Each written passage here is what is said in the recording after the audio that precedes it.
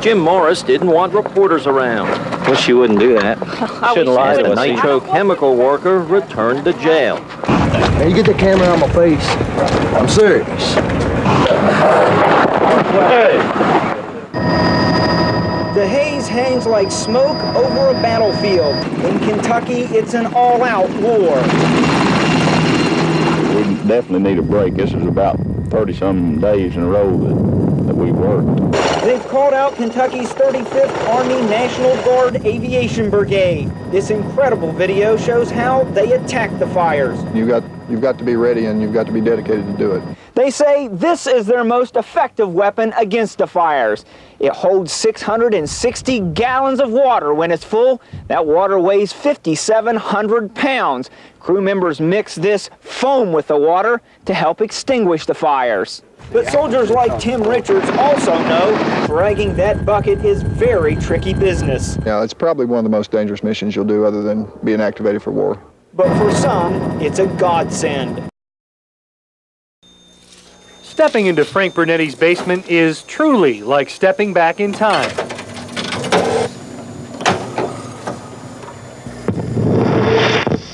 One, 2, 3 o'clock, 4 o'clock, rock. Burnetti started his collection of 40s, 50s, and 60s memorabilia with the purchase of one jukebox. I was collecting Beatle items at the time when we got married, and someone gave us a toy jukebox, and I thought it'd be really neat just to have one jukebox. And one led to another, and led to another, and led to another, and it just, it's a hobby and an obsession. An obsession which led to collecting other items from that era. Old pinball machines, old slot machines, an old arcade bowling game, and the focal point, the soda fountain, which will soon be operational. Certainly not your typical basement. It's fun for parties.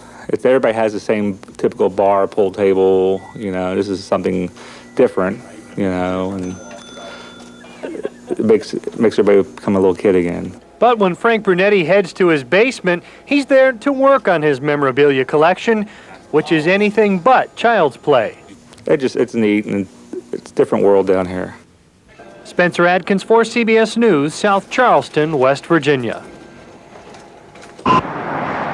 This is Hooters' newest campaign against a federal recommendation to hire men to work alongside its Hooters girls. It's a poke at Washington bureaucrats, some of whom suggested that the chain hire men. It wouldn't be Hooters. It'd just be another beer, chicken joint. It does great just the way it is. Don't try to fix something that isn't broken, you know? Hooters says it will fight the Equal Employment Opportunity Commission.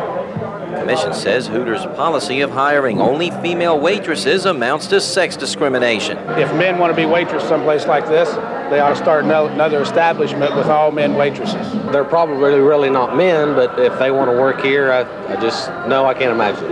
Hooters says its waitresses represent charm and all-American sex appeal, but it says thousands of them could lose their jobs if it's forced to meet the EEOC's demands. The EEOC should, dedicate their time to looking into other issues. I mean, not something that's as silly as this. Hooters has been doing just fine without the men working here. That's the whole concept.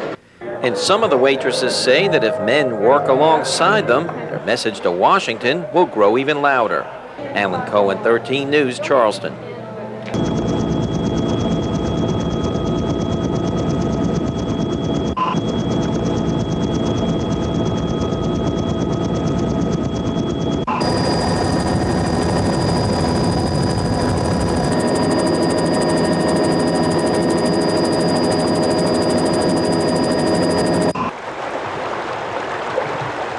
See the mama bear and the two little baby bears walking along Paint Creek's banks.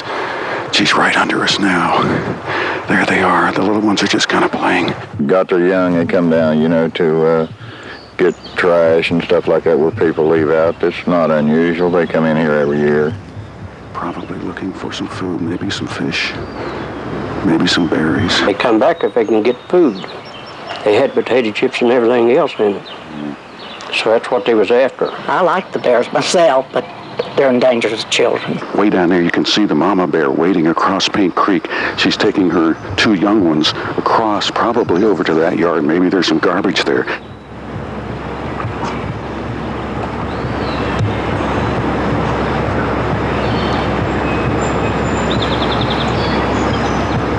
One of her cubs was killed Sunday, hit by a car along Route 83.